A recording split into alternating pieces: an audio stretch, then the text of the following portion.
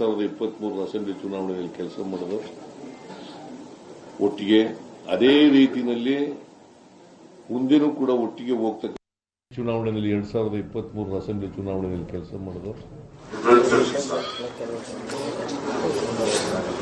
ನನಗೆ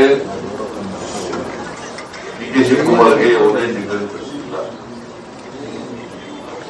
ಇವತ್ತಿನವರೆಗೂ ಡಿಫರೆನ್ಸಸ್ ಇಲ್ಲ, ಮುಂದೇನೂ ಡಿಫರೆನ್ಸಸ್ ಇರಲ್ಲ. ಒಟ್ಟಿಗೆ ಹೋಗ್ತೀವಿ. ಆಮೇಲೆ ಅಸೆಂಬ್ಲಿ 8ನೇ ತಾರೀಕಿನಿಂದ ಶುರುವಾಗುತ್ತೆ. ಚಳಿಗಾಲದ ಅಧಿವೇಶನ ಬೆಳಗಾವಿನಲ್ಲಿ ಪ್ರಾರಂಭ ಆಗ್ತದೆ. ನಾವು ಅಲ್ಲಿ ವಿರೋಧ ಪಕ್ಷದವರನ್ನ ಬಹಳ ಸಮರ್ಥವಾಗಿ ಎದುರಿಸಿದ್ದೀವಿ, ಮುಂದೇನೂ ಕೂಡ ಎದುರಿಸ್ತೀವಿ. ಅದು ಬಿಜೆಪಿ ಇರಬಹುದು, ಜೆಡಿಎಸ್ ಇರಬಹುದು. ಸುಳ್ಳು ಅಪಪ್ರಚಾರಗಳನ್ನ, ಸುಳ್ಳುಗಳನ್ನ, ಆರೋಪಗಳನ್ನ, ಸುಳ್ಳು ಅಪವಾದಗಳನ್ನ ಮಾಡತಕ್ಕಂಥದ್ದು ಬಿಜೆಪಿಯವರ ಚಾಳಿ, ಜೆಡಿಎಸ್ನವರ ಚಾಳಿ. ಇವರಿಬ್ಬರನ್ನು ಕೂಡ ಬಹಳ ಸಮರ್ಥವಾಗಿ ನಮ್ಮ ಸರ್ಕಾರ ಎದುರಿಸುತ್ತದೆ. ನಾನು, ಡಿಸಿಎಂ ಇಬ್ಬರು ಕೂಡ, ಡಿ.ಕೆ. ಶಿವಕುಮಾರ್ ಇಬ್ಬರು ಕೂಡ ಇವರನ್ನ ಅಸೆಂಬ್ಲಿನಲ್ಲಿ ಬಹಳ ಸಮರ್ಥವಾಗಿ ಎದುರಿಸ್ತೇವೆ. ಅದಕ್ಕೆ ಬೇಕಾದಂತಹ ಸ್ಟ್ರಾಟಜಿ ಏನ್ ಬೇಕು ಅದನ್ನ ಮಾಡಿದ್ದೀವಿ.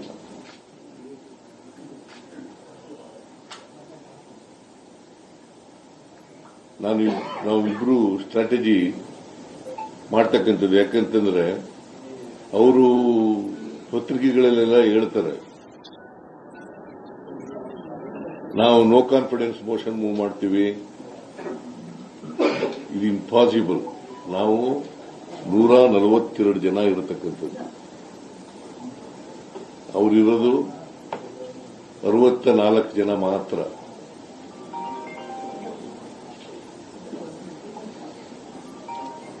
ಜೆಡಿಎಸ್ ಇರೋದು ಎಷ್ಟು? 18. ಅವರಿಬ್ಬರು ಸೇರಿದ್ರು ಕೂಡ 84 ಆಗ್ಬೋದು,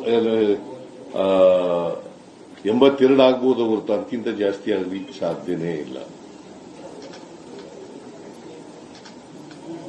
ಅದರಿಂದ ಅದು ಇಟ್ಸ್ ಎ ಫುಟೈಲ್ ಎಕ್ಸರ್ಸೈಸ್ ಅಂತ ನನಗನ್ಸುತ್ತೆ.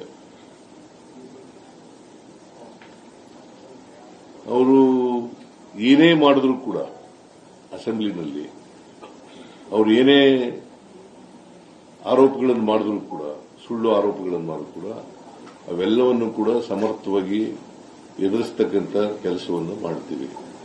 ಆಮೇಲೆ ಬಹಳ ಮುಖ್ಯವಾಗಿ ತೀರ್ಮಾನ ಮಾಡಿರ್ತಕ್ಕಂಥದ್ದು, ನಾವಿಬ್ಬರೂ ಹೈಕಮಾಂಡ್ನವರು ಏನು ಹೇಳ್ತಾರೆ ಹಾಗೆ ಕೇಳೋದು.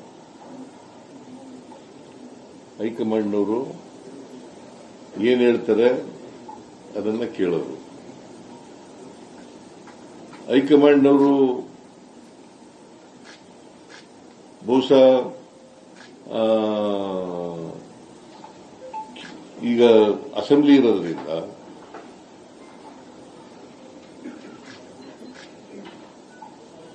ನಮಗೆ ಇಬ್ಬರಿಗೂ ಕೂಡ ಈ ಗೊಂದಲಗಳೇನಿದಾವೆ ಇದನ್ನು ತಿಳಿ ಮಾಡತಕ್ಕಂಥ ಕೆಲಸವನ್ನು ಮಾಡಿ ಅಂತ ಹೇಳಿದ್ದಾರೆ.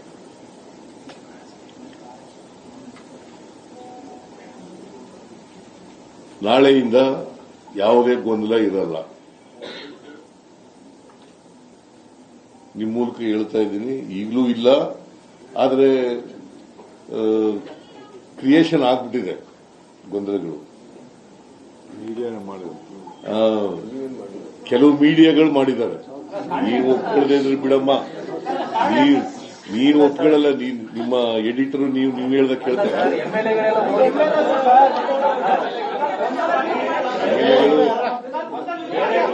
ಕೇಳಪ್ಪ, ಇಲ್ಲಿ ಎಂಎಲ್ಎಗಳು ಹೇಳಕ ಕೇಳ್ರಿ.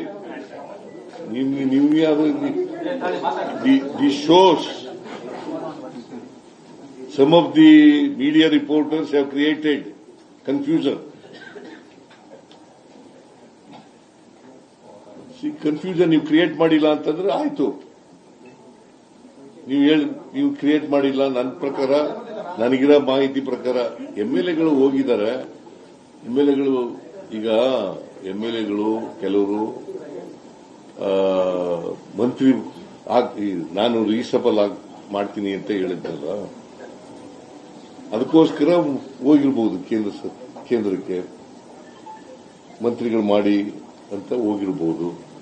So it doesn't mean that they are against the leadership. They are not against the leadership. ಹೌದು, ಕೆಲವರೆಲ್ಲ ಈಗ ಇವನು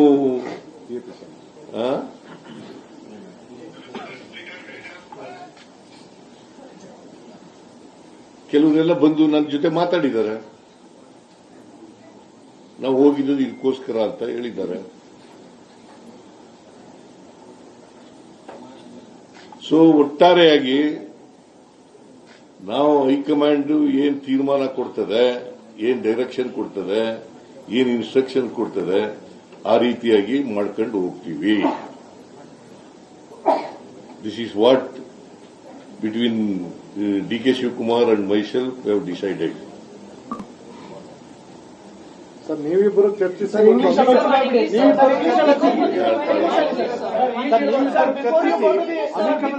ಮಾಡ್ಕೋತಾರೆ ಅಂತ ಅನ್ಕೊಂಡಿದ್ರು. ಎಲ್ಲಿದ್ದವರೆಗೆ ಯಾರು ನೀವೇ ಅನ್ಕೊಂಡಿರೋದು? ನಾವೇಂಗ ಅನ್ಕೊಳ್ಳೋಣ ಸರ್. ಇಷ್ಟು ಶುರುವಾಗಿದ್ದು ಮುಖ್ಯಮಂತ್ರಿಗಳು ಡಿಸಿಎಂ ನಡುವೆ, ನಮ್ಗೇನು ಸಂಬಂಧ ಸರ್ ಅದು?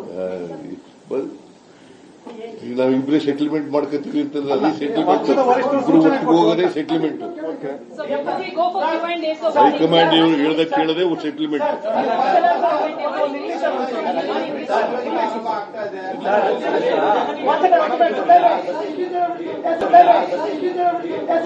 ಹೇಳಪ್ಪ.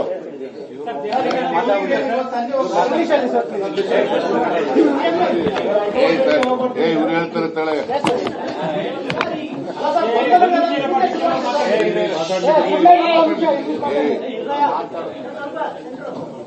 ಎಲ್ಲರಿಗೂ ನಮಸ್ಕಾರ. ಗೌರವಾನ್ವಿತ ಮುಖ್ಯಮಂತ್ರಿಗಳೇ, ಎಲ್ಲ ನನ್ನ ಮಾಧ್ಯಮದ ಸ್ನೇಹಿತರೆ, ತಮ್ಮೆಲ್ಲ ಸಹಕಾರದಿಂದ ಈ ರಾಜ್ಯದಲ್ಲಿ ಕಾಂಗ್ರೆಸ್ ಸರ್ಕಾರ ತಂದಿದ್ದೀವಿ. ಜನರಿಗೆ ಏನು ಮಾತು ಕೊಟ್ಟಿದ್ದೇವೆ ಆ ಮಾತಿನಂತೆ ನಾವು ನಡ್ಕೊಂಡು ಜನರ ಸೇವೆಯನ್ನು ಮಾಡಿಕೊಂಡು ಬಂದಿದ್ದೇವೆ. ಈ ರಾಜ್ಯದ ಜನತೆ ನಮ್ಮ ಮೇಲೆ ಅಪಾರವಾದಂತಹ ವಿಶ್ವಾಸ, ನಂಬಿಕೆ ಇಟ್ಕೊಂಡು ನಮಗೆ ಸಹಕಾರವನ್ನು ಕೊಟ್ಕೊಂಡು ಬರ್ತಾ ಇದ್ದಾರೆ. ಅವರ ಆಸೆ, ಆಕಾಂಕ್ಷೆ, ಆಶೋತ್ತರಗಳನ್ನು ಈಡೇರಿಸಬೇಕಾದ್ದು ನಮ್ಮೆಲ್ಲರ ಕರ್ತವ್ಯ. ಆ ನಿಟ್ಟಿನಲ್ಲಿ ನಮ್ಮ ಪಕ್ಷ ಅಧಿಕಾರಕ್ಕೆ ಬಂದಿದೆ. ಸಿದ್ದರಾಮಯ್ಯ ನೇತೃತ್ವದಲ್ಲಿ ಸರ್ಕಾರ ರಚನೆ ಆಗಿದೆ. ಹಿಂದೆ ಹೈಕಮಾಂಡ್ ಅವರು ಏನು ತೀರ್ಮಾನ ಮಾಡಿದ್ದಾರೆ ಆ ಪ್ರಕಾರ ಇವತ್ತು ನಾವು ಕೆಲಸವನ್ನು ಮಾಡಿಕೊಂಡು ನಾವು ಹೋಗ್ತಾ ಇದ್ದೇವೆ.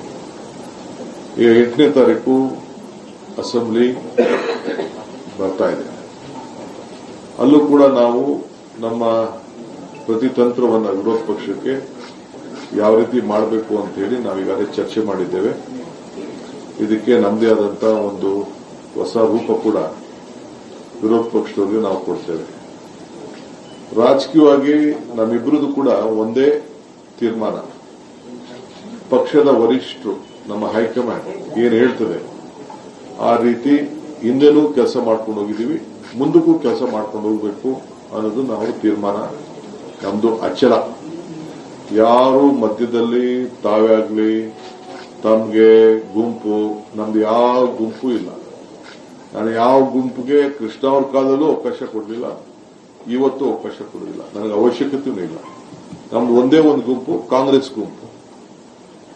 ಚೀಫ್ ಮಿನಿಸ್ಟರ್ ನಾನು ಅವತ್ತು ಕಾಲದಲ್ಲಿ ಸಿದ್ದರಾಮಯ್ಯನವರು 3 ತಿಂಗಳು, ನನ್ನ 4 ತಿಂಗಳು ಹೈಕಮಾಂಡ್ ಆದೇಶದ ಮೇರೆಗೆ ಸ್ವಲ್ಪ ದಿನ ವೇಟ್ ಮಾಡಿ ಡಿಕೆ ಅಂತ ಹೇಳಿದಾಗ ಕೂಡ ಒಂದು ಶಬ್ದ ಅವತ್ತು ಕೂಡ ನಾನು ಮಾತಾಡಲಿಲ್ಲ. ಇವತ್ತು ಕೂಡ ಅಷ್ಟೇ. I am very firm. So ಒಟ್ಟಿಗೆ ಸೇರಿ ನಾವು ಕೆಲಸ ಮಾಡ್ಕೊಂಡು ನಾವು ಹೋಗ್ತೀವಿ. ಪಕ್ಷದ ವರಿಷ್ಠರು, ಹೈಕಮಾಂಡ್ ಏನ್ ಹೇಳ್ತದೆ ಆ ರೀತಿ ನಾವಿಬ್ಬರೂ ಸೇರಿ ಕೆಲಸ ಮಾಡ್ಕೊಂಡು ಹೋಗ್ತೀವಿ. ನಮ್ಗೆಲ್ಲರನ್ನೂ ಒಟ್ಟಿಗೆ ತೆಗೆದುಕೊಂಡು ಹೋಗುವಂತ ಕರ್ತವ್ಯ. ಪ್ರತಿಯೊಬ್ಬ ಶಾಸಕನ್ನ ಎಷ್ಟು ಶಕ್ತಿಶಾಲಿಯಾಗಿ ಬೆಳೆಸಬೇಕೋ, ಪಕ್ಷನ ಯಾವ ರೀತಿ ಶಕ್ತಿಶಾಲಿಯಾಗಿ ಬೆಳೆಸಬೇಕೋ ಅದು ನಮ್ಮಿಬ್ಬರ ಕರ್ತವ್ಯ. ಆ ನಿಟ್ಟಿನಲ್ಲಿ ನಾವು ಮುಂದಕ್ಕೆ ಸರ್ಕಾರನ 28ಕ್ಕೆ ನಾವೇ ತರಲಿಕ್ಕೆ ಅನೇಕ ಕಾರ್ಯರೂಪವನ್ನು ನಾವು ರೂಪಿಸಿದ್ದೇವೆ. ಏನು ಮುಖ್ಯಮಂತ್ರಿಗಳು ಈಗಾಗಲೇ ತಮಗೆ ಸಂದೇಶವನ್ನು ಕೊಟ್ಟಿದ್ದಾರೆ, ಆ ಸಂದೇಶಕ್ಕೆ, ಆ ಮಾತಿಗೆ ನಾನು ಕೂಡ ಸಹಮತವನ್ನು ವ್ಯಕ್ತಪಡಿಸ್ತಾ ಇದ್ದೀನಿ.